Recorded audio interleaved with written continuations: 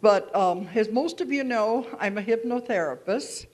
I really my specialty is therapy, working with people. And I get clients now that come from all over the world. It's amazing, in that little bitty town of Huntsville over here, 2,000 people, one little motel, and little granny's restaurant, they come from all over.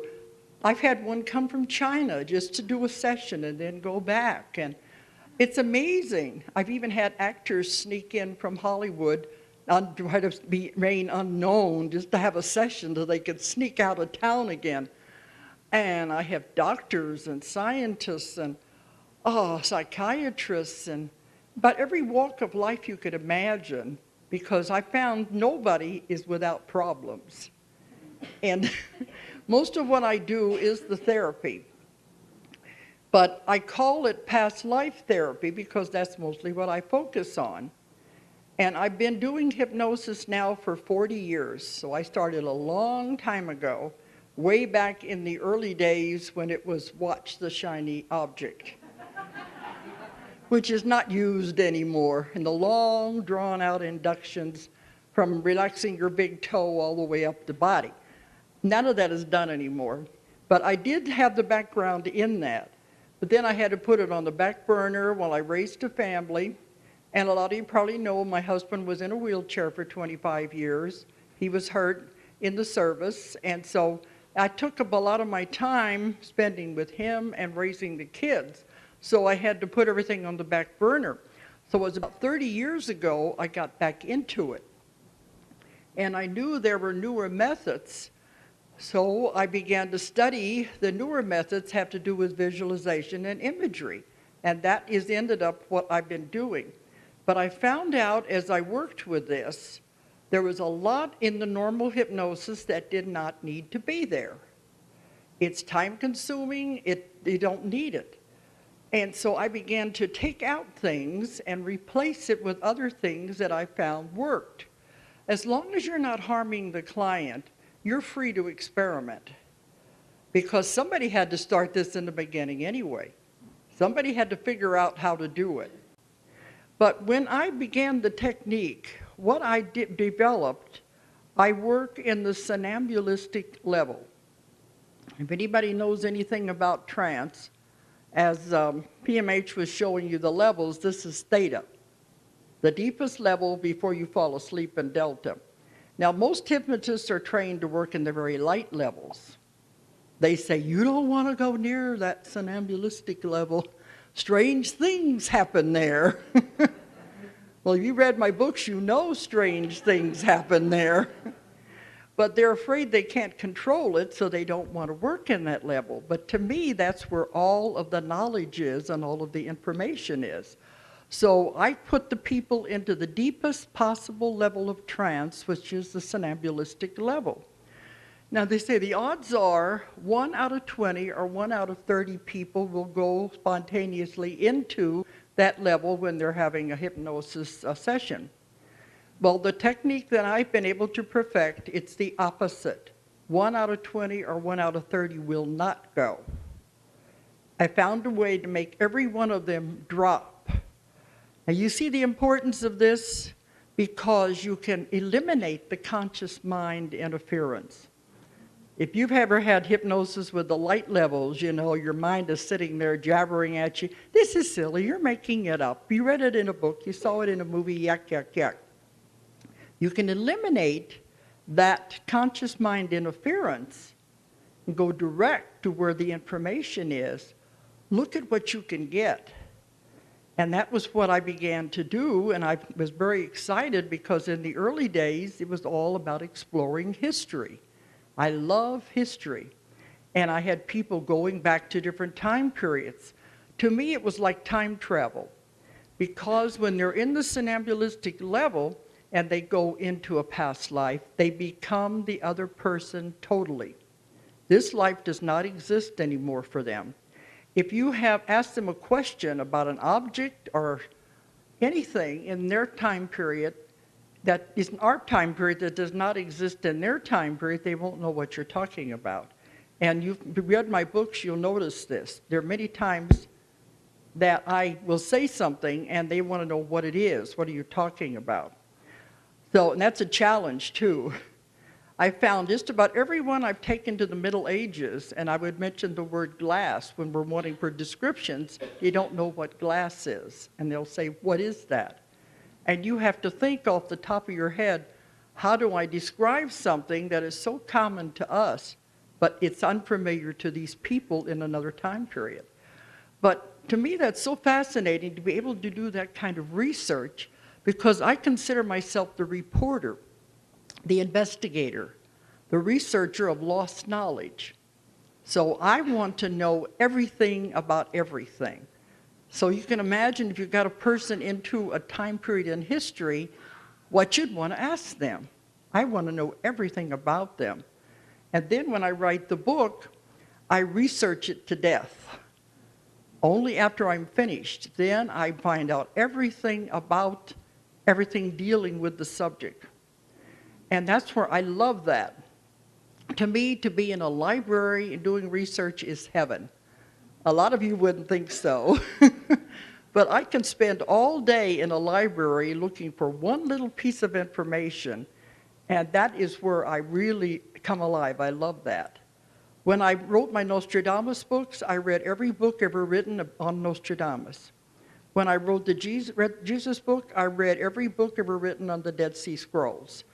But that way, even if I don't use it all, and there's a lot of repetition in all these books, I know what I'm talking about and I know what I'm writing about. And I know PMH appreciates this because of her love for research. But that was what I was doing in the early days, was the history, because that was what they were doing, going back to historical times.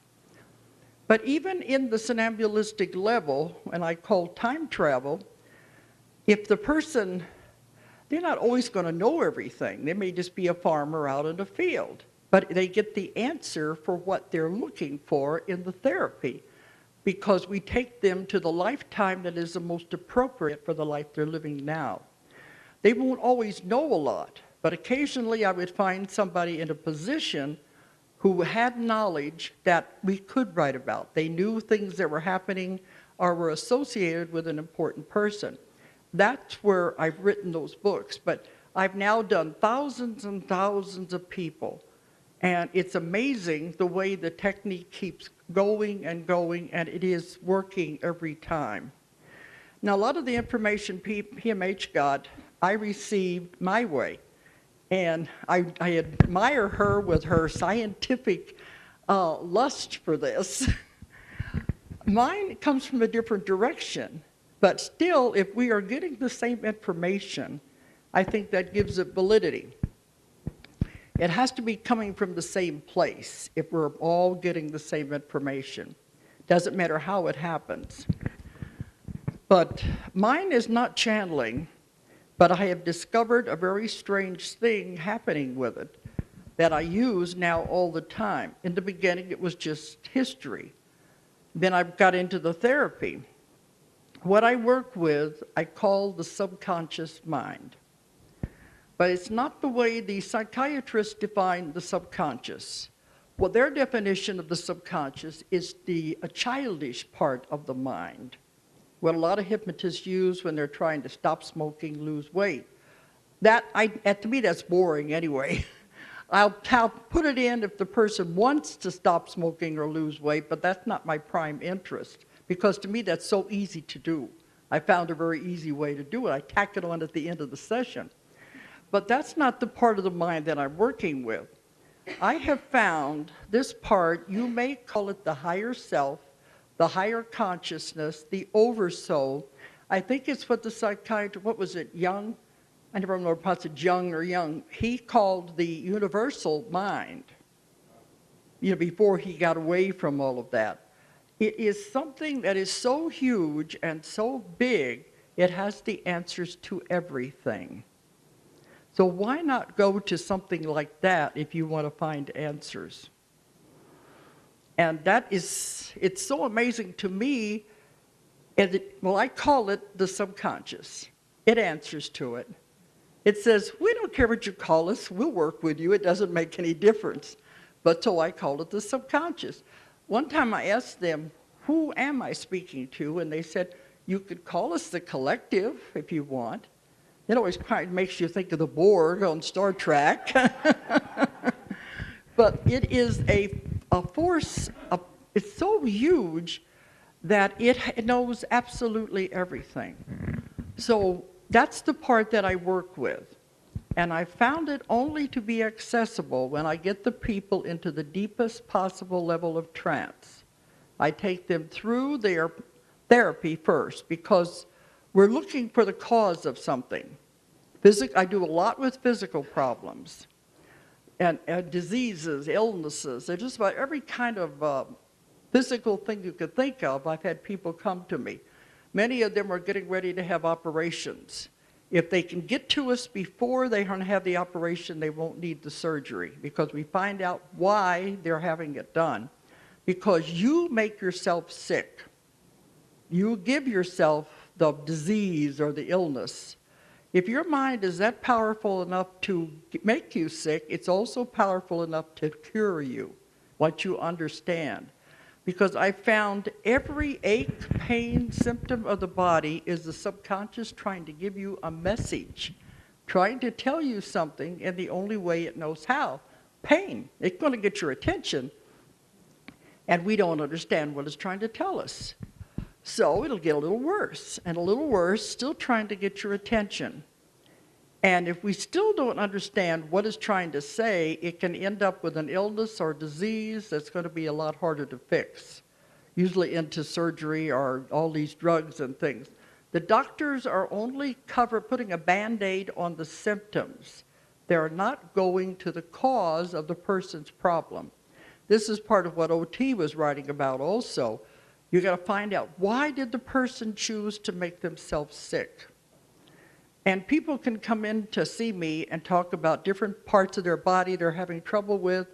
I can usually tell them what's happening in their life because the subconscious will always affect the same part of the body to give the person the message. It's very literal. And if you think about it, it makes a lot of sense. And so that's why we go back to the past lives to find out why are they doing this? Where's it coming from? A lot of it comes from trauma, where the person died in another life, and they carry that forward into this life. But, well, you know, even, I'm not trying to watch my time. I don't have as much time as I gave the other people. But somebody comes in with back problems. It's always the same thing. Shoulder, back, down the spine, especially into the lower back. Can you figure out what that would mean in this life? The subconscious is very literal. I always ask them, do you feel like you're carrying a load? And they usually are. They got a job they don't like, they got a marriage they don't like, they're too busy, they feel like they are carrying the world on their back. The spine is your support system. And usually that's what it goes back to. Sometimes it's just understanding what it is. People with leg, knee, ankles, hip problems, it's usually the same thing.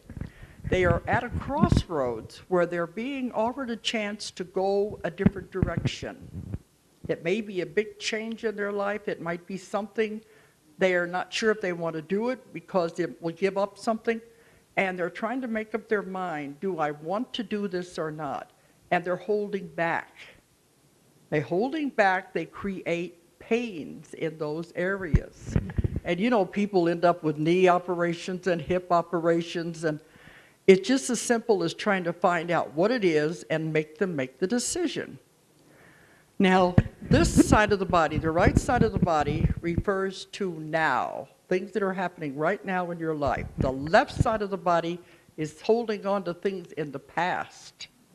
So if you have pains on that part of your body, it's something to do with letting go of something in the past. And all these things have been told to me in my work. That's why I go with, that's the past, this is the now. Arthritis in your hands. What is it you don't want to let go of? What are you holding on so tightly for? See how literal this is? And a lot of times, see, I spend at least 2 hours or more just talking to the person before we ever have a session. Just doing therapy, getting to know them. And then it's like, what's going on in your life that's creating this? And sometimes they'll say, I don't have any problems. I just thought it'd be interesting to come, and have out of curiosity. But after we talk for about an hour, then they'll finally say, well, I do have something bothering me. Because they got to get to feel comfortable with you and know you, and then they can begin to tell you their real problems. So I do a lot of work with a physical. Now, that's what I'm talking about. The subconscious is this big oversoul, higher self, whatever you want to call it. I call them they, because they always refer to themselves as we when they communicate with me. They said, we can help unless the person has had an operation. It's because if something's been taken out, we can't put it back, which makes sense. They can do a lot. I have seen them in one of my classes just a few months ago in Chicago. The whole class watched as they rebuilt the cartilage in this woman's knee. She was due to have a surgery the next week. And they said, well, you know how difficult this is? And I said, I know, but I know you can do anything. And so they rebuilt the cartilage in her knees. And afterwards they said, no, she's going to go back to the doctor and they won't find anything wrong.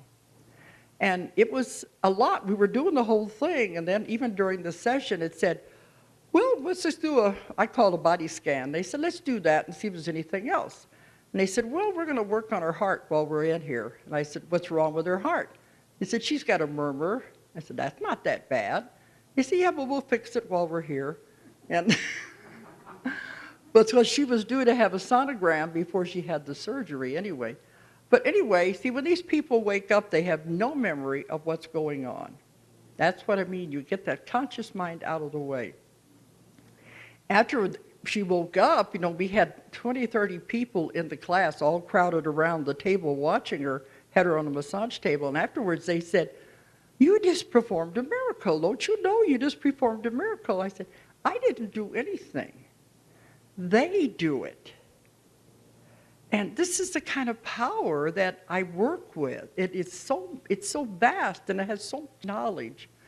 And a lot of people want to have information about, their marital problems, family problems. They come for all kinds of reasons. So we work with everything, and that's my therapy part.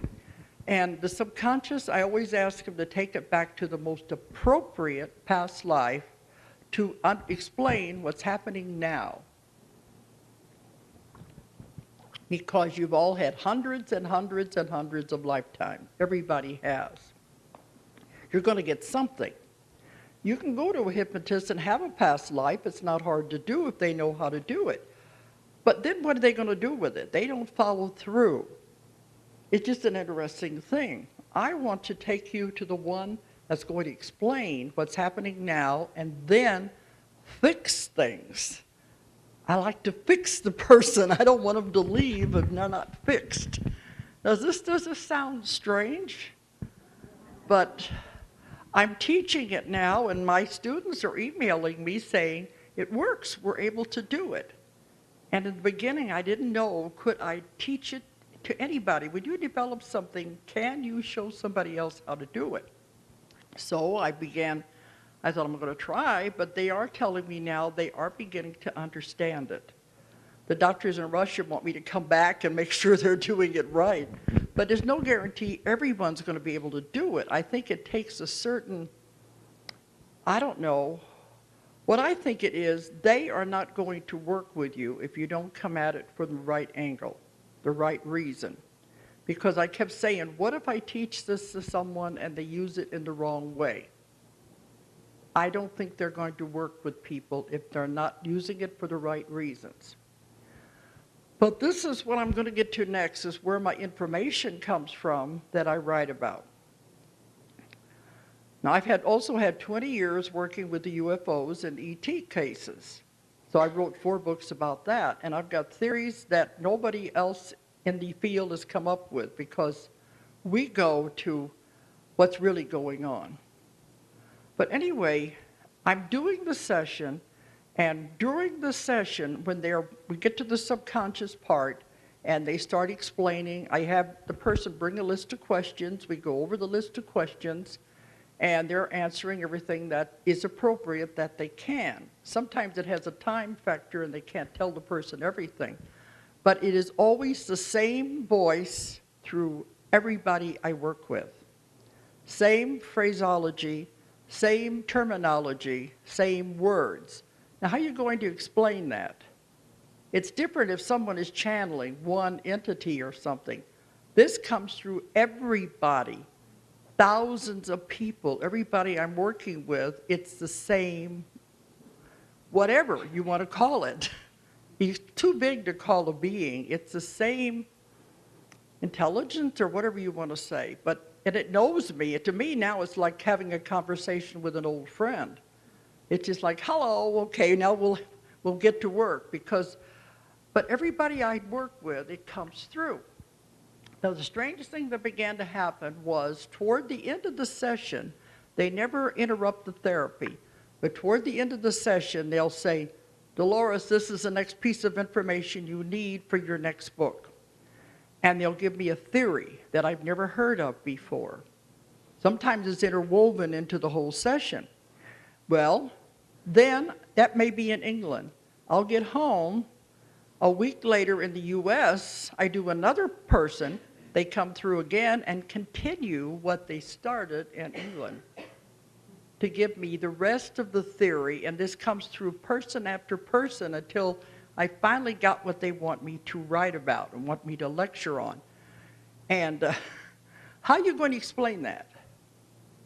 That's what people don't understand. What I'm dealing with here is highly unusual, but it speaks the truth, and it's always the same information through everybody. Now, how can you explain it? Some people have said I must be lying, I have to be a fraud, it has to be a hoax. I don't know how anybody can say that. Even in my classes, I played different tapes from different people to show it sounds alike. And I have some people in the audience here I know have taken my class. And don't you agree, the ones who have taken the class, that there is something bigger than all of us that we're communicating with? So why not pass that on? They said this is a therapy of the future, that we're not going to need doctors, surgery, or anything. We're going to be able to help ourselves with our own mind. Anyway, they began giving me all of this information, and what I'm getting now, if I'd got it 20 years ago, I would never have understood it. They're very wise that way. They started me out 30 years ago. I've been more intense in the last 20 years ago. But 30 years ago, it was simple stuff. And it was like spoon feeding you. Give you a little piece of information and see if you can digest it. Then give you a little more and see how you handle that, and a little more. I had everybody that comes to see me wants to know one question: what's my purpose? Why am I here? What am I supposed to be doing? It's a universal question. Everybody wants to know it. We can find out if it's appropriate, because the subconscious says, suppose we told you too soon. Maybe what you're supposed to be doing is so radically different than what you're doing now. If you found out too soon, you'd say, oh, I don't want to do that. I'd never be able to do that. And you'd block yourself and sabotage yourself. So if you're not supposed to know, they will come through, and I ask that question, and they'll say it's not time. We can't tell them. If it is time, they'll tell you everything you need to know. But if it's not, they'll say it's not time. I had one man, they said that, and they said it's not time, but we can't tell him. But they said, oh, we wish we could. You don't know what we see. But they said, consider he is where you were 20 years ago. He said, you don't give a baby a 3-course meal. You start a baby out with milk, with cereal, crushed vegetables. You don't give a baby a steak. You have to spoon feed it little by little. And he said, he is where you were at that time. If I had got the information I was getting now, I probably would have stopped my whole practice and said, no, I don't understand this. It's too complicated. and I wouldn't have done any more. I'm having more and more people now who, instead of going into past lives, are going back to the source. They always call it the source. The source is the same thing that we call God. They're not bothering with past lives anymore. And I thought that was strange because all these years, it was always going back to past lives. Now they're not. When I put them under, they will go back to their beginning, when they were with God, when they were with the source. They all describe it the same way, which I think is amazing enough. And it is so wonderful, it's beyond belief. But maybe that's what we're supposed to be knowing now at this time, what it's really all about. But we started with the source. And even though some people a while ago was talking about they don't believe in the Big Bang, something happened where we all exploded out and we left the source. And all you really are is a spark. A tiny, tiny spark that left God. And when it comes right down to it, it's just that little tiny spark. And many, many people see themselves that way. And they'll see when they're with the source, it's total happiness. It's a feeling they can't describe. There's so much love. It's always described as a huge light. Some of them call it the great central sun. You've probably heard that expression. But it is always a huge, bright light. And they are in the light, and they feel so comfortable there. It's such a love that you can't even imagine. And they don't want to leave. And so I keep saying, well, if it's so beautiful, why did you leave? You know? They said, because God needed a knowledge. And they sent us out as sparks to accumulate knowledge, to bring knowledge back to Him. And we were sent on our journeys.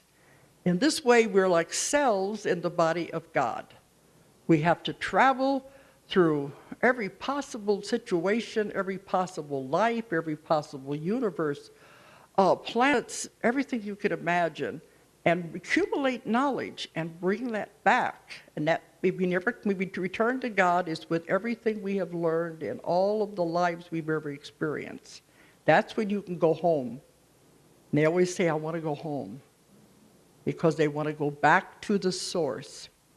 But every one of them, sometimes they start crying. They'll say, I'm home. It's so beautiful. It's so wonderful. And when they're there, they're all together. It's a wonderful togetherness. And when they are sent out as the spark, they're separated and they're lonely. They don't like it. And there's always that yearning sometimes in people, I want to go home. They don't know where home is, but they know it's not here. And it's that feeling of separatedness and being lost, so to speak. And you don't know how many emails and letters I get from people like that they don't want to be here. So you start out on your journey. You have to be everything. You have to experience everything before you can go back. It is a school. Earth is a difficult school. It's one of the hardest. They said Earth is a challenging planet. But you come here to mostly learn emotions and limitations. And a lot of other planets don't have to learn that. It's a planet that was given free will to see what you would do with it. And they sit there and shake their heads at what we're doing with it, because they cannot interfere. They have to allow us to make our own mistakes. And that's part of the free will. And we have to keep going and going, and that's what the learning is about. You make a mistake, hopefully you're not going to make the same mistake again, but you come back again. It's a school where you can skip a grade, but you can't I got that wrong. It's a school where you have to take a grade over, but you can't skip a grade. You can't go from kindergarten to college. You've got to take it step by step. If you don't pass the grade the first time, you're going to have to take it over again. And that's where people have the same things in their life again and again and again, and they keep drawing the same things to them. And until they figure out what it is they're trying to learn from that situation, it's going to keep happening in their life. Then when they finally figure it out, then things will change in their life. Oh, okay.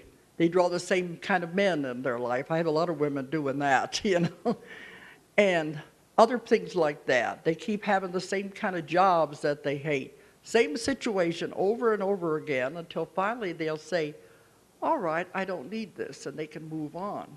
Then you go to the next lesson, which may or may not be easier. We don't know. But I tell people, you all have bad things happening in your life. Everybody does. But what did you learn from it? They don't even think about that. If you learned even one thing from that horrible thing that happened to you, that was what it was all about. Even one thing. So you think about it. We all have bad things, but then if you understand what it was trying to teach you, then that's what it's all about. Because they say there is no bad, there is no good, it's only energy. And what we do with the energy, and how we make mistakes and learn from them and go on to something else. And it's more complicated than that, but I don't want to spend too much time on that. I spoke for hours on just these little pieces I'm putting in here. Okay. But anyway, as you start out on your journey, you have been around forever. You were created in the very beginning. Everyone was created at the same time. You've been around forever. Earth is a young planet over here, isolated on purpose in this part of the galaxy. They don't want us to contaminate the rest of them out there. They don't want our violence to spread. They don't want us to do anything to the rest of the galaxy. So we're isolated over here on purpose. Now, this is just one of the schools you chose to come to. Before this, you've lived on other planets, other dimensions, places where you didn't even have a body. It was just an energy body. I've had every kind of life form you could imagine that people have gone into. Then finally you decide to come to Earth, and it's challenging here. They get here and they say, what was I thinking about? They said, this is horrible. They don't want to be in this body because they said it's slow, it's dense. They said, other places I could think and you have things happen instantaneously. What am I doing in this slow, dense world where nobody knows what's going on? Another thing I want to bring in before I forget, you know what they said, one of the big lessons of Earth is, when you come in, the memories are erased, as I was talking about with Grant. It's done that way on purpose. You've got to come in as a clean slate. I asked them one time, I said, wouldn't it be easier if we knew what we were coming in for, if we knew our relationships with other people, wouldn't that make it easier? They said, no, it wouldn't be a test if you knew the answers. Other planets, other beings, when they come to other planets, they remember the source. They remember God. They remember why they came. They remember all of their lives. Earth, they don't. They said, you come in here, a blank slate, start off fresh. They say, what greater test than to have people think they're all alone? What would they accomplish if they thought they were all alone and didn't have anybody else out there? That's one of the big tests of living on Earth. And you have to find your way back, which I think is what we're doing now. We're becoming more aware, the metaphysics, we're becoming more aware of this other worlds. It's not with the church. They say so much and they stop. But we're beginning to open up and know these things now. We're beginning to find our way back by ourselves. And that's what they want us to do, to think for ourselves and get back. I always tell people at a lecture, don't believe what I say, Don't believe what anybody else says. Think for yourself. Read and ask lots of questions. Then make up your own mind. If somebody tells you, I have the truth, the only truth, run the other way. Nobody has the truth. My truth is different than yours. But you find your own, ask questions, and then come to your own conclusions. That's what it's about, using your mind. But we have to find our way back. And sometimes it can take many, many lifetimes. We build karma. We have to come back and repay the karma time and time again. We get stuck, they said, in the muck and the mire, the mud. We get stuck in that. They said it's like flypaper. And we have to keep coming back again and again to get rid of that before we can progress. Now, my book's on Jesus. Jesus did not come to save anybody from their sins, because nobody can take away your karma. The only thing he came to save us from was the wheel of karma. He could see that we were going round and round, making the same mistakes again and again, and not progressing up the ladder like we were supposed to do. We were stuck. His idea was to come and show people what you were supposed to do to get off of the wheel. And it all goes back to love. Everything goes back to love. That's the highest force there is. But they didn't understand, and they killed him. That's all it is. Once you get off of this wheel, you have to progress, or you're stuck here. We don't want to be stuck here anymore, because there's big, big changes are happening. We want to be able to move with these changes. You can't as long as you're stuck up in karma. We have to get rid of the karma. They said the thing you must do right now at this time is get rid of all your old karma and try not to make any more. And also to get rid of fear. Fear holds you back. And as you know, the government, everybody else tries to keep you in fear. Doctors, religion, everybody tries to hold you in fear. You must release the fear, get rid of the fear, and get rid of the karma if you're going to move. Because this is a big time. We can't move as long as this stuff is holding us back. But when you come here anyway, if you get to Earth, after you've done all these other lives on other places, this is not the only place. People are amazed that they found out they've had one other life on Earth. You've had hundreds and hundreds of lives everywhere. And when you get done with Earth, you're probably going to say, okay, I'm going to go over to this other solar system over here and have some other experiences. You're constantly moving and to other schools and learning other things. But when you come to Earth, you have to be everything. And I do agree with what the other ones are saying. It's all happening at the same time. But I like to think of it linearly, because my mind can handle it better that way. Then you could get off into the other parts. But I have had people had lives in every possible form you can think of. And I have not yet had anyone come to me who has not had a past life of some form. People always say, how do you believe in this? Because I said I haven't found anybody yet who has not experienced a past life. So it has to mean something. Like, with PMH, to me, that's science, I think. If I do the same procedure thousands of times and get the same results, to me, that's scientific evidence. That's what I believe, anyway. Would you agree? If it's a provable thing, they won't agree. I know the scientists wouldn't agree, but to me, I think it's... You've reached a point of consideration. Okay. If everyone comes up with the same thing, I think it has to mean something.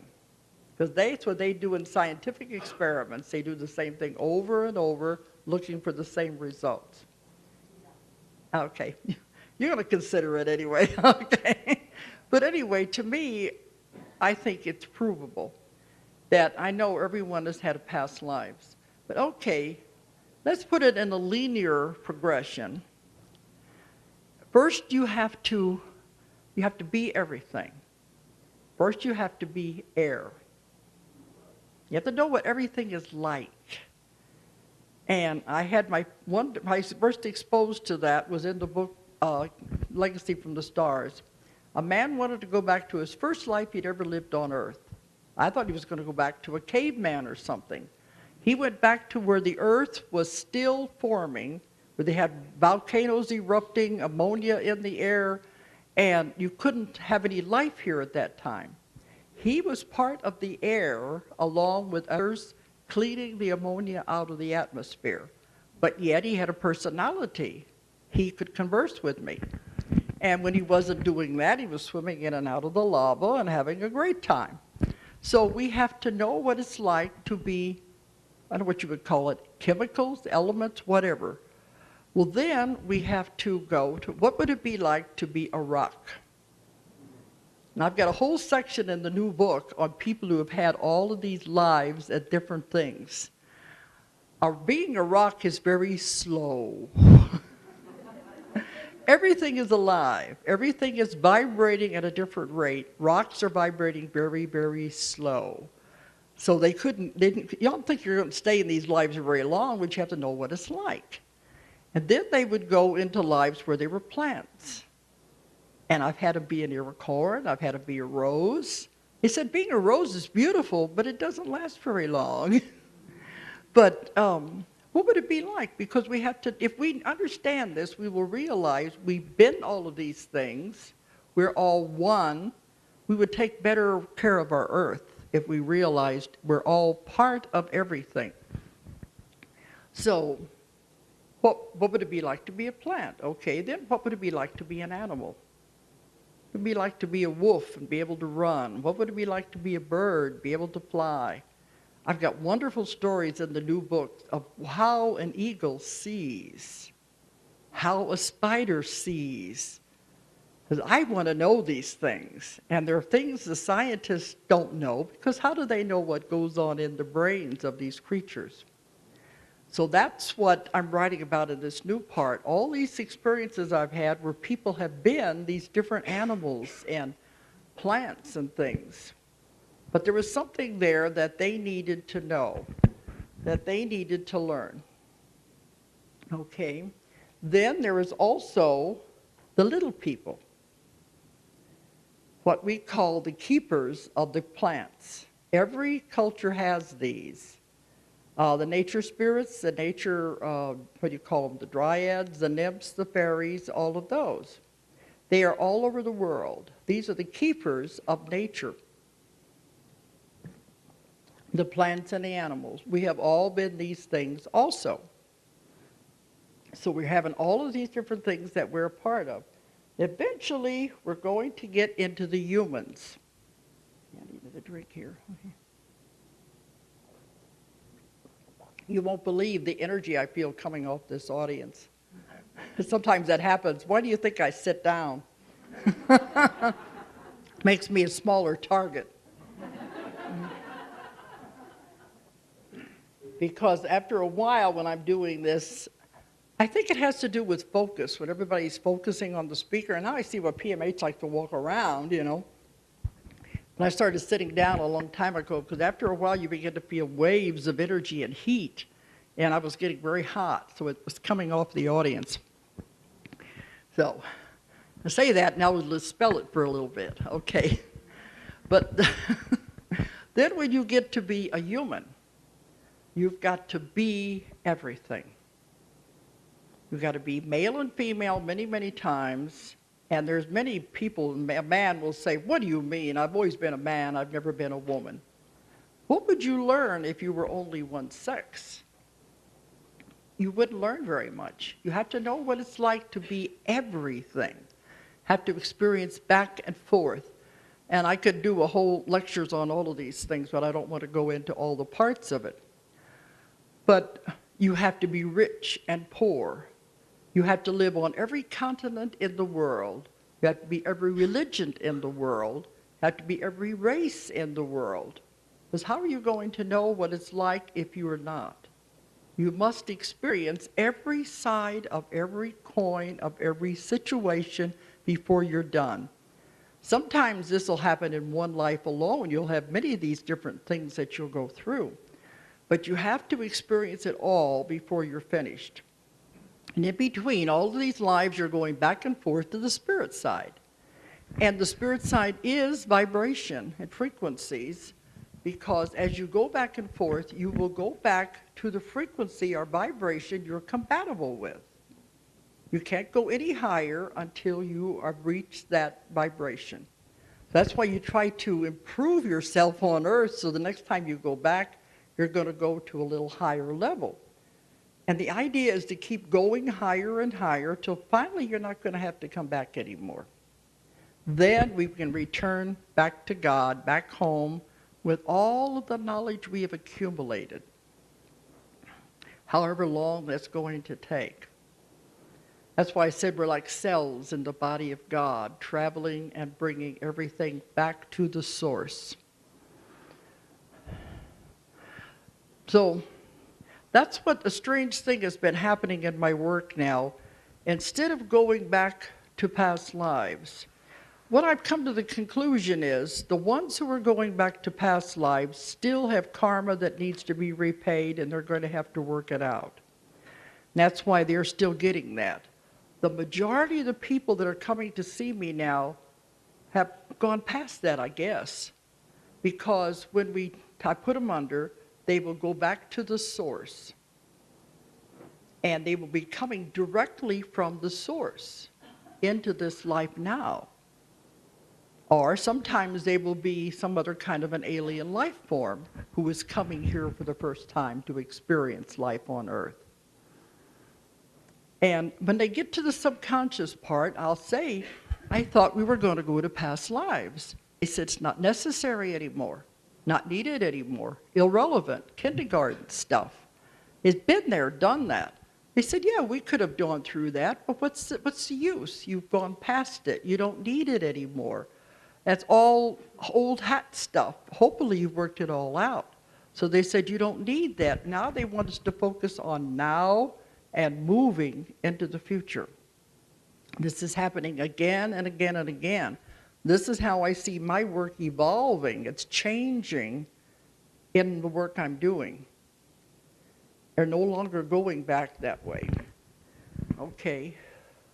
This is what I found now about the new earth. You have to understand about dimensions. This goes along with these parallel lives and all of that. There are dimensions around us all the time. They're invisible to us, but they have peoples, they have cities, they are civilizations. They're all vibrating at different frequencies. That's why they're invisible to us. Just like a propeller or a fan blade, when it speeds up, the frequency increases, becomes invisible. These other dimensions are vibrating at a different frequency that makes them invisible. This is how the ETs travel back and forth. They change the vibration of the craft to disappear when they go into the other dimension. A lot of people will see them appearing and just vanishing. This is what's happening. They speed up the vibration of the craft and disappear. And I've worked with UFOs and I've done a lot of information about how they travel and all of that. But it has to do with dimensions that are around us all the time. We are constantly moving in and out of these dimensions without even knowing about it. We think this world, believe me, is not real. It is all vibrating at different frequencies anyway. One thing I want to say there, all of this is an illusion, they say. Nothing is real. It's only an illusion, like you're living in the middle of a dream. In the Convoluted 2, I had the chapter called The Dreamer Dreams the Dream. And I've got some more on it in the new book, too. That when I have somebody go through the death experience, I've had this happen many times, they'll go through the death experience in a past life, and they're moving out of it, and they're looking back, and they said, it was just a game. It was just a play. He said, I see the actors on the stage. I see the ones on the wings getting ready to come on stage and play their parts. It was just a game. It was just a play.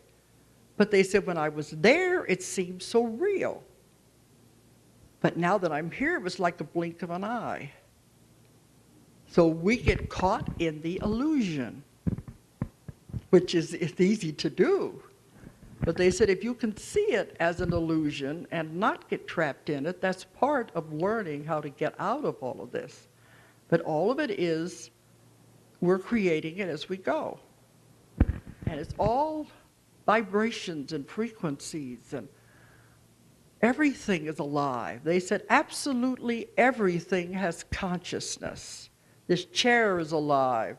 The clock's alive. The microphone's alive. They said Starbucks coffee is alive. Everything has a vibrational frequency. It's all energy and it's all alive. It all has consciousness and can be communicated with. This all takes a different mindset to look at it. But when they were talking about dimensions, I've been on the radio shows so much. I have my own radio show now, but I go on Art Bell. He'd be on there all night long. And we have hundreds and hundreds of phone calls. I think one time when I was on there, we had to take turns manning the phones all day and all night for a whole week. We could take turns sleeping to answer the phones. But now it's emails, and I know we got like 700 emails in one day. And people would be commenting on these different things that I said on the air. And some of it's humorous. Like I was speaking about Atlantis, and I got an email from an archaeologist, and she said, "How dare you go on the air and talk about something that there's not one shred of evidence that it ever existed?" And I was thinking, you're an archaeologist, where is your magic? And I told her, well, you know, half of the big discoveries in the world, nobody believed they exist. Look at Troy. They said the man had a dream, and he told him where to go. And a lot of the cities in the Bible were found by accident. That there never was any shred of evidence before that. That's kind of humorous. But I have wonderful emails about things that are happening in other dimensions that we don't realize. When you, have you ever had anybody tell you that they saw you somewhere and you were actually home? Because you were in and out of another dimension. And I've had some wonderful examples of that have happened and that were proven when the person was at a conference and somebody said they came into the conference and they said, well, we just left you over here. One was the racetrack that started up. And they said, well, it was on Hot Springs when the race season started. And they said they were sitting with them at the racetrack. And here they walked into the conference and the person was there. Because they had made a decision, should I go to the racetrack or should I come to the conference? Well, they were actually in both places. And so it was proven in that case. But I've had wonderful stories like that. They said, one woman said she was in a hotel. She went down to the street, walked out on the street. Everything was like it was 50 years ago. The people, the cars, everything was like 50 years ago. And it scared her. Nobody seemed to be noticing her. But after a while, she got scared, and the only way she could get back, she had to go back in the hotel and go back up the elevator. In fact, she was, to get back into this reality. And one girl said she came out of the college dormitory, and they were doing construction out in front of the dormitory. They had the tape up and the red cones and everything, and they were tearing up the street. The next day when she comes out, there's no sign of any construction at all. Unless something happens to catch our eye and make us notice it, we don't realize we're constantly shifting in and out of dimensions. One man told me that he went out to the airport watching the jets take off. He saw the jet take off, then it went backwards, then it went forwards, then it went backwards before it finally took off. Then he saw another one do the same thing. Take off, go backwards, forwards. And then he watched the clouds in the sky. They were doing the same thing. Backwards and forwards. He goes out to the street. The cars are doing it, back and forth. And he wanted to know, what's happening here? The closest I could come to it was maybe he was at a juncture where the dimensions were not quite set. and he was kind of in that in-between part where they was all mixed up. But we've had sessions with people who've had strange experiences, and we've had them explain what these were. But one that I think was really amazing, and I'm probably going to go over 9. Is that okay? Because I want to finish these points. Okay. I was afraid I would. I was trying to keep it condensed. But one I think was really important on the Art Bell show. I got an email from about these 3 women. Now, you know the Art Bell show goes on all night long, and you have to talk all night long. Some people don't want to stay up to listen to it, so they had these tape recorders that are very slow, and they turned those on so they could record the whole show, and then the next morning they play it back. Well, they said they were 3 women, were friends in Tennessee. They were recording the show. The next morning they got up, the one woman said, "It show wasn't on there, it was a sporting event." And she calls the radio station, and they said, "Oh, we're not carrying Art Bell anymore. We don't care how many people protest, we're not going to carry it." And her friend got the same thing. She got this sporting event. The 3rd woman got the show. On all 3 tapes, the same call letters were given of the station. They were all listening to the same radio station. 2 of them didn't get it, and 1 of them did. And then they said in there, they are carrying Art Bell again now. Now, what happened? Were they living over here in a dimension where it didn't exist, and this other one was over here where it was being broadcast? We tried to explain it, but a week or so after I got the email and I answered it, I was speaking at a Unity church in Memphis. These 3 women drove from Nashville, and they were older women, and they said, "We just wanted to come and tell you this really did happen, and we have the tapes to prove it." Now, isn't this an example of, I think, going in and out of dimensions? I don't know. I think that's what happened to PMH's ticket. She was trying to get here, and the airlines told her there is no such plane, no such flight. I think it existed in this other dimension.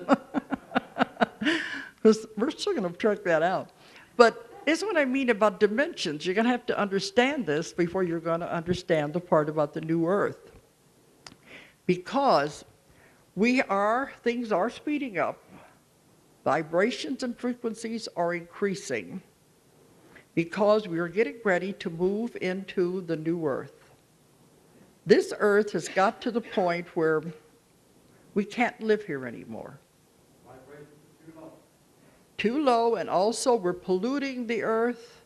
We are overpopulating, but we're polluting, we're contaminating our foods. It's just getting to the point it can't not sustain life anymore. Now, one thing they told me was, whenever we exploded the atomic bomb back in the late 40s and 50s, right after that time, suddenly there was this influx of UFOs activity. They said it was because we exploded the atomic bomb. And they leave us alone. That's the law of free will and non-interference. They were leaving us alone. See, because UFOs are not what you think anyway. A lot of them are directly connected with all of this stuff that's going on with the source and with these messengers. It's more to it than you think. But anyway, they had to come and see, what are these kids up to down here? Because they saw that we were developing atomic power, and here we had these explosions going off. And they said, we can't allow this, because these kids are playing around with something they don't understand. But we got free will. What are we going to do about it? They also knew we were so into karma that we were going round and around and around. We weren't getting off of it. We were so bogged down. We were never going to be able to shift into the new dimension, because the new dimension requires our bodies to also shift with it. So anyway, what they said happened. When they saw what we were doing, they couldn't interfere. and not allowed to interfere from the outside. Otherwise, they just come down and say, hey guys, you can't do this, and they would have stopped us from doing it. You're going to destroy the world. You're going to, because if anything happens here, it ripples through the whole cosmos. It affects all the other planets. It can affect the whole dimension system. They cannot allow us to blow this planet up because it would cause too much wide-ranging effects. So this is why all of this is all intertwined. But they can't interfere in the workings of a civilization from the outside. So what they decided to do to help us, help ourselves to get out of this mess, they said we will work from the inside. And the call went out. Anybody wants to volunteer and come and help these kids? And that's what I'm getting now, because when I have people going back to the source, I'll say, well, what made you decide to leave if it was so beautiful? And they said, we heard the call, and we decided to volunteer. And many of them were coming in for the first time. And boy, they don't like it. And also the ETs, different life forms, they'll say, well, they asked us, do you want to go and help? So they had to change bodies, and they said, this body, I don't like it at all. But the way they're doing it, they were coming in as babies, working from the inside. The new vibration, the new frequency. Now what I'm getting is even stranger, that I'll be writing about in the new book. It is totally unexpected, because this is happening. We're going into it now. They can't take the time to come in as babies.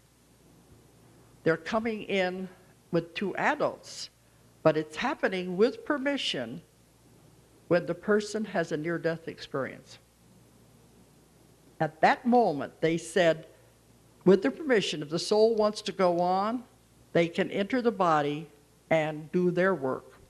And they said, they have 2 minutes is all they've got to make the exchange. I don't know if this sounds right to you, but this is what they said, that they're allowed to do it because they're here to help, and the other soul wanted to go on. It wasn't happy here. It's like a walk-in, except it's a different kind of a walk-in. That this is a different soul. In a walk-in, the person knows the soul that is going to do the exchange. In this case, it's not someone that they knew before, and they're allowed to come in. And sometimes even when a baby is born and it's not going to live, they can make the exchange at that time. But the idea is to get in here with fresh, new souls that are not bogged down in all of this karma, because they've got to change the world. We're not doing it. Now, I've found 3 waves of people that have come in. And this goes way back to the beginning of my work, and now I'm beginning to put it all together. The first wave are now, it's filled in the book, The Keepers of the Garden as an example, about, he's just turned 50. They're in their late 40s and just beginning to go 50, usually in the 40s. They are the ones who have had the most difficult time adjusting.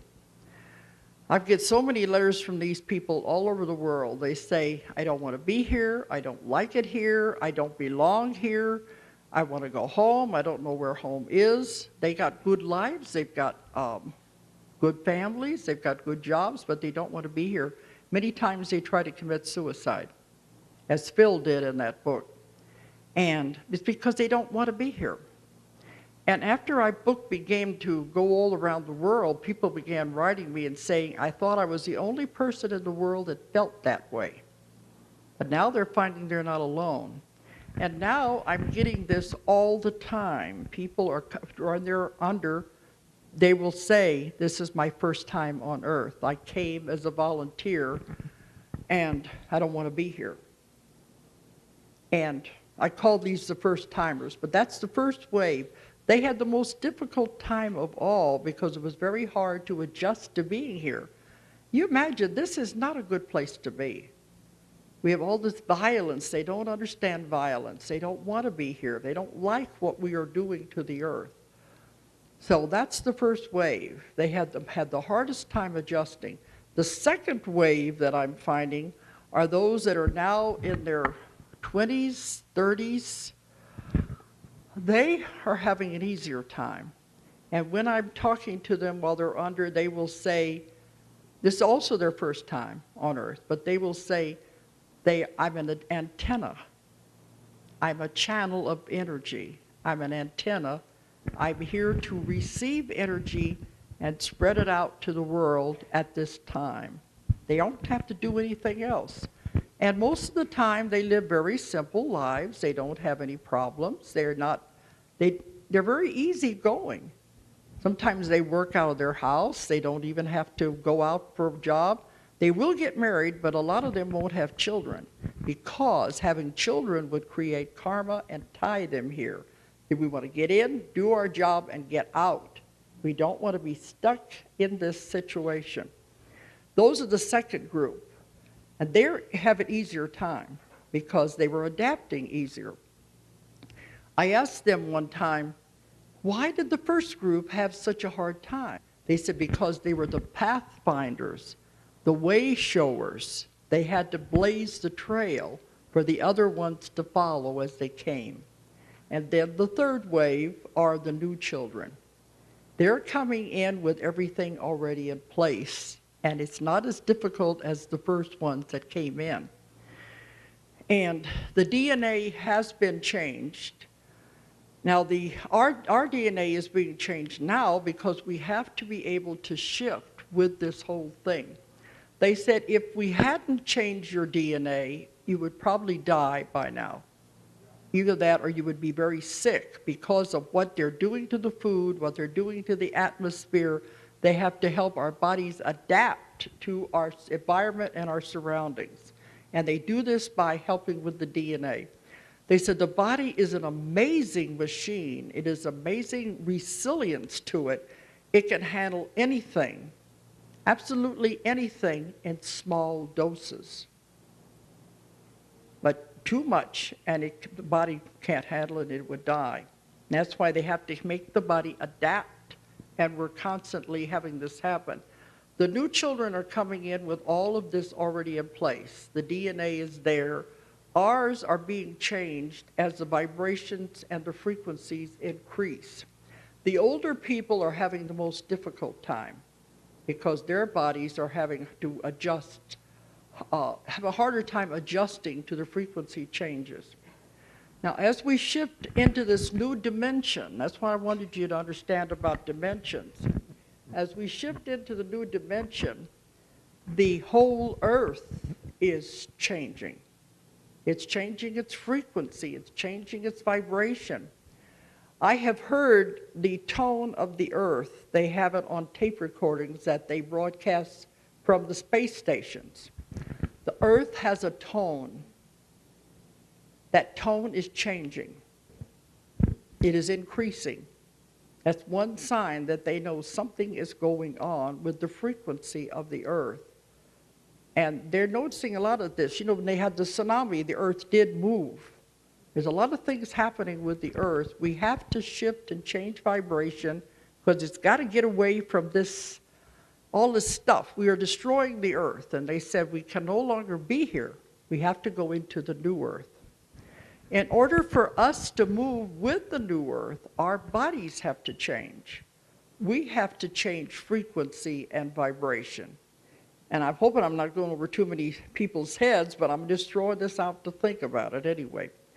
Our bodies have to change vibration and frequency. They cannot change suddenly because the body couldn't handle it, it would die. It'd be too much of a jolt to the system. So over time, it started about 2 years ago, our bodies are gradually adapting and changing the frequency of our bodies. It gets to another point and it'll level off, and then after a while it'll do it again. Each time it does it, you notice physical effects to the body. A lot of people go to doctors, the doctors can't find anything wrong with them because it is the body adjusting to these new frequencies. Some of the problems they say are, heart palpitations, high blood pressure, depression, joint pain, muscle pain. It's things like this as the body is adapting to the new frequency and vibration. Then some people feel it more than others, and then it'll level off, and after a few months or so, it'll do it again. And this is as we adapt to this. They said if you were to examine the DNA in the body now, you would find a big difference. They said the doctors are going off of the old information, what they've been taught in school. Our cells are receiving new information constantly as we adapt to this. They don't understand that. So when they try to help you, it's not working because they don't understand what's really happening to the body. And a lot of people said are not allowed to get sick because they don't want them probing around in their bodies. But anyway, this is what's happening as we are adapting, and it's gradually moving. It can't happen suddenly, but the earth is moving into this new frequency. The tsunamis, the earthquakes, the storms, all of this is the earth as it's making these adaptations. And it wants to get rid of us, really. It's tired of us. They say it's like a dog trying to shake the fleas off because of what we've been doing to the earth. And it really wants us out of the picture. Now, the ones who are going to move into the new earth is going to be something you won't believe. It is so beautiful and wonderful. Now remember, this information comes from many, many people that I've worked with, and I just put it together like a puzzle. The new earth is extremely beautiful. In the Bible, it's described as the 1,000 years of peace, when everything is perfect. You know, in the book of Revelation, when it talks about the new heaven and the new earth, and some will be left and some will be taken. This is what it's talking about, is shifting into the new earth. Now, those who will move to live on the new earth are those whose vibrations are being allowed to shift with it. Those who can't change will stay with the old earth and all of the horror that's going to be happening on the old earth. And they said, you want to move and don't look back, because they said this is something you don't want to see, that it's going to be very, very bad. But they said some will be left behind. And I said, that sounds cruel. And they said, not really, it's their own decision. Everybody has to make their own decision. Do you want to stay with what you have created, or do you want to move into this new earth that's being prepared? But they said, you must make the decision, because you can't shift your vibration that quickly. You have to make the decision, are you going to go or are you going to stay? And that's what they mean by being left behind. And those who are very much into karma will not be able to move, because they still have to, these are laws, they have to pay this off. And they're not going to be allowed to move into the new earth until they get rid of the old karma. Those people will stay with the old earth. Then when they die, they will be sent to another place, another planet that still has negative karma, so they can repay it there. They will not be allowed to come back to the new earth because it will have changed too much. There was no place for those kind of people. It does sound cruel, but they said it's their own decision, they're making up their own mind, and they will stay in the reality they have created.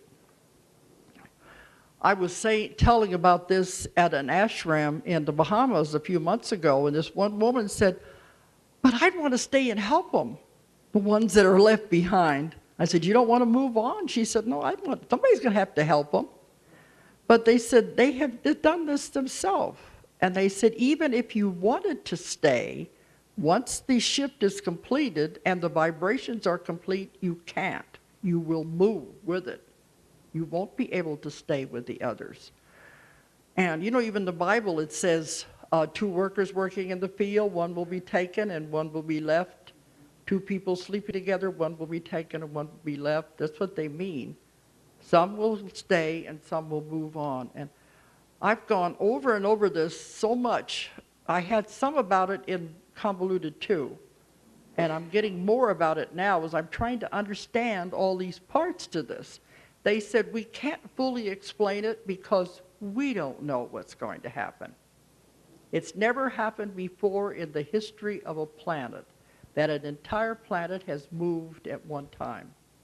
It's never happened before, so they said, we don't know what's going to happen.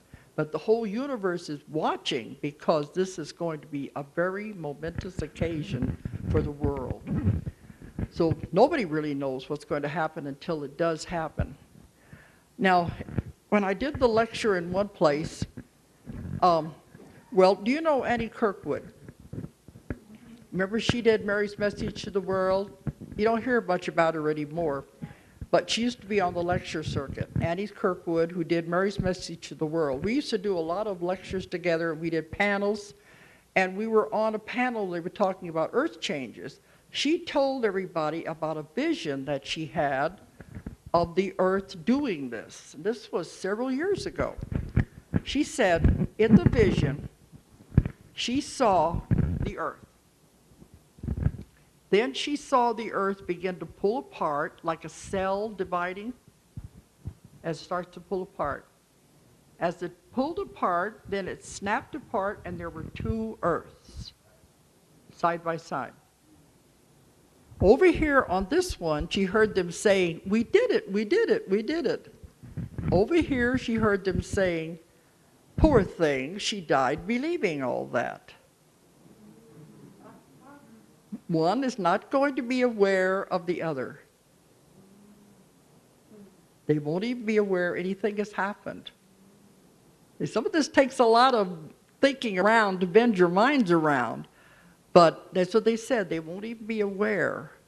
Now, which one will you move to? Do you want to move with the new earth, or do you want to stay with the old earth, which is going to be, they said, you can't even believe what it's going to be like. They said, if you could magnify Katrina 100 times happening in many cities all over the world, this is going to be an example of what it's going to be like. People running and screaming in the streets. And I don't want to be with that. And this woman saying she wanted to stay and help. Well, they said you're not going to be able to anyway. If you have evolved where your vibration is strong enough, you will make the jump and move to the other one. But when I was given this lecture at some hall one time, afterwards this man came up to me and he said, now I'm a businessman. I'm an engineer. He said, I don't have things happen to me. But he said, I was sitting in the audience when you were making that description about the two earths splitting apart. He said, suddenly I was out of the auditorium, I was in outer space. And I saw it happening, just like you said it did. And when he came back, he told me, he said, I'm going to go home and work this up on the computer. And he did. He sent it to me, what he saw, and I put it in Convoluted too. He had two earths over the top. One was over the top of each other. One was glowing, and the other one was the ordinary one. And that was what he saw as it made the separation between the two. But I thought that was funny. So all of a sudden, he's in outer space watching this happen. Now, some of this is a little hard to believe, but they said it's happening, and there's no way we're going to turn it back. But we have to, because the earth can no longer exist the way it is. We have to move into something else. And sometimes afterwards, people will be talking about it. This one man said, oh, I'm excited, I want to go, because it's supposed to be so beautiful you can't imagine. And then there's other people who said, yeah, but what about my husband? What about my daughter? And he was telling them the same thing. They have to each make their own decision. But when you first make the shift into the new world, you won't really realize anything has happened. You'll still have your physical body. Things will seem different, but it won't really be apparent to you at first. And then gradually, you won't need your body anymore, and you will turn into an energy light body. So we are evolving to that point. But at that point, we won't need food, we won't need anything. And they said, when you get to this point after you make the shift, nobody will be sick. There won't be any death. It's going to be a perfect world, they say. But another thing I think is funny is I have so many people coming to me who are either healers or they want to be healers. I mean, it's just about everybody that walks through that door. It's a huge number. A lot of them are working with Reiki, with energy, healing, all kinds of different modalities. And they're all working with energy and different healing. And other ones, when when they ask for their purpose is going to be, they said, you must go and heal. You must learn healing. They never tell you your purpose is to have a good time and go get drunk and, have sex and party. They always tell the people their purpose is to help each other, especially to learn some kind of thing that will be able to work with other people. They're always saying, we want you to learn to heal. And I asked them one time, what are you going to do with all these healers if everybody's going to be a healer? And they said, well, imagine a world like Katrina was, and all of a sudden there's no doctors, there's no hospitals, everything's shut down. What are you going to do? You're going to have to depend on each other. And then whenever we move into the new world, there won't be any need for it because we will know how to heal ourselves. We will have gone to that point. So some of these things are kind of mind-bending. They're a little hard to understand. I probably left a lot out, but I'm putting more and more of it in the book, and all I say is just read it. This is what they're saying is happening. But if you are noticing your body's acting funny, a lot of it could be this shifting, and the vibrations and the frequencies of your body are moving with it. But these new kids are the ones that are coming in that are going to be helping everybody because they're already got everything in place. But they're always talking about the year 2012. Well, I've also had a chapter in the book about, this has happened before with other civilizations, and I'm almost finished here. Other civilizations down through history that have disappeared. The Mayans were one that disappeared. The whole thing, nobody knew where they went. There were other Indian tribes in America that have disappeared. Nobody knew where they went. Well, they said they reached the point of evolution where the whole civilization shifted en masse. The same thing we're going to do. And I had one session where a woman went back to where she was with one of these Indian groups when they all decided to shift en masse to another dimension. And she was sent back now to help during this time. But they said the Mayans were so advanced that they knew how to do this. They could see ahead to where the next really big shift was going to occur when the entire earth would move at once. And that was when they saw it happening around the year 2012. That's why the calendar stops at that time. But we're already in the middle of it. It's been going on for about the last 2 or 3 years. It's happening faster now. Time is speeding up. Everything is happening quicker now. You can feel it in your bodies. You know it's happening in time. We're moving faster and faster into this. By the year 2012, they said we should be reaching the peak. It's not over at that time, but it's only a few more years. We're noticing more and more things happening. A lot of the stuff happening to the world right now is the world getting rid of all this old karma. Because the earth has karma too. It's a living being. But as we move into this, toward the year 2012, you'll be seeing a lot more changes, and we will be reaching the peak to where we'll make the split. But they're not really sure how or when it's going to happen, but it's going to be around that time. But it has to, they said, because it's this evolutionary process. We're evolving, the world is evolving, everything is happening. Something to think about anyway. But in the meantime, you've got to live your lives the best way you can. Get rid of all the old karma, because that'll hold you back and keep you here. Forgive people. The quickest way, but not the easiest way, to get rid of karma is to forgive. Let it go. Let it go. There's no sense in holding on to it. It holds you back. It holds them back. I've had people tell me, I can't forgive them. You don't know what they did to me. And they end up, this is what makes them sick. They hold on to it. Causes cancer especially. They've got to, it's not important. Let it go. Tear up the contract. You don't need to work with these people anymore. Forgive them. Release it. Let it go.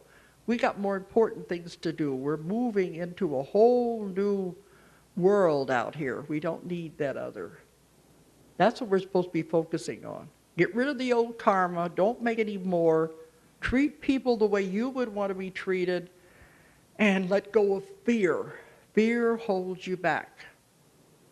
Don't believe everything that's on TV. Don't believe everything that's in the newspapers. Think for yourself. Let go of the fear. Let go of the karma so you can move. Change your vibration. Does this scare you, what I've been saying? Okay. I've always been a little worried about telling audiences these things, but they said this is one of the most important things they want me to talk about right now to get people prepared. So anyway, this will be in the new book. It's part of it, and there's even more stuff that I can't even go into. The last session I had in Montreal, they came through with a whole new concept, and I was thinking, wait a minute, guys, I just got through with this, you know? And I was asking questions trying to understand it, and they said, if you ask that question, that means you're not ready for us to give you the next part. You got to digest this first. And I thought, okay. So I'm thinking about ending the book there. I don't know. But I think I want to continue to get more and more information. It boggles my mind anyway. Anyhow, that's what I wanted to bring you to is the New Earth and what I've got on it. There's a lot more I haven't even talked about that'll be the New Earth. And give me something to think about in the new books. Something to think about anyway. Okay. We went a little over, but I think it was important to finish it. And thank you for coming.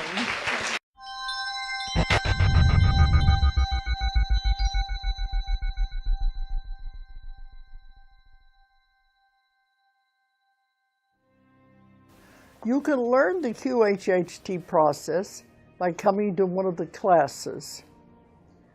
The problem is I have stopped taking the long trips. I was doing many, many trips a year to all the countries of the world. These were long 14, 16-hour flights, and we were having 100 people in each class in all these different countries. But it began to take a toll on me that I don't want to be traveling that much out of the country anymore.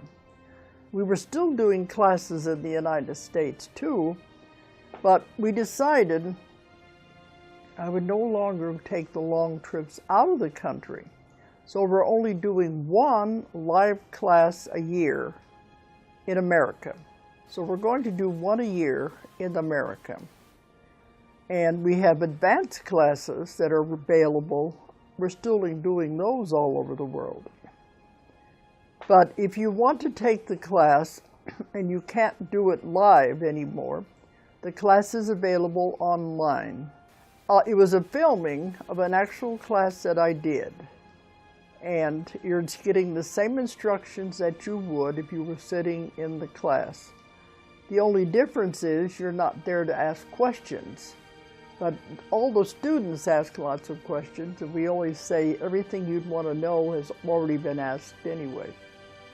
So online you will get the same instruction as you would in a class. And that's available. And many, many people are taking that now. And we now have this class translated into Chinese and Spanish. This is going to be available for those people in those countries to take the class in their own language. And we're also putting it into other languages. So it's growing, and this is another way to do it if you can't come to a live class. But I have to, well, the ones I work with, they said, let technology take over. Then rather than me traveling all over the world, let technology take over. You have the equipment, use it. So we'll see how this is working out. The online class is doing very well. You contact DoloresCannon.com. I encourage anyone interested in quantum healing hypnosis to please take advantage of the training that is now available online. You can find it through my website, DoloresCannon.com.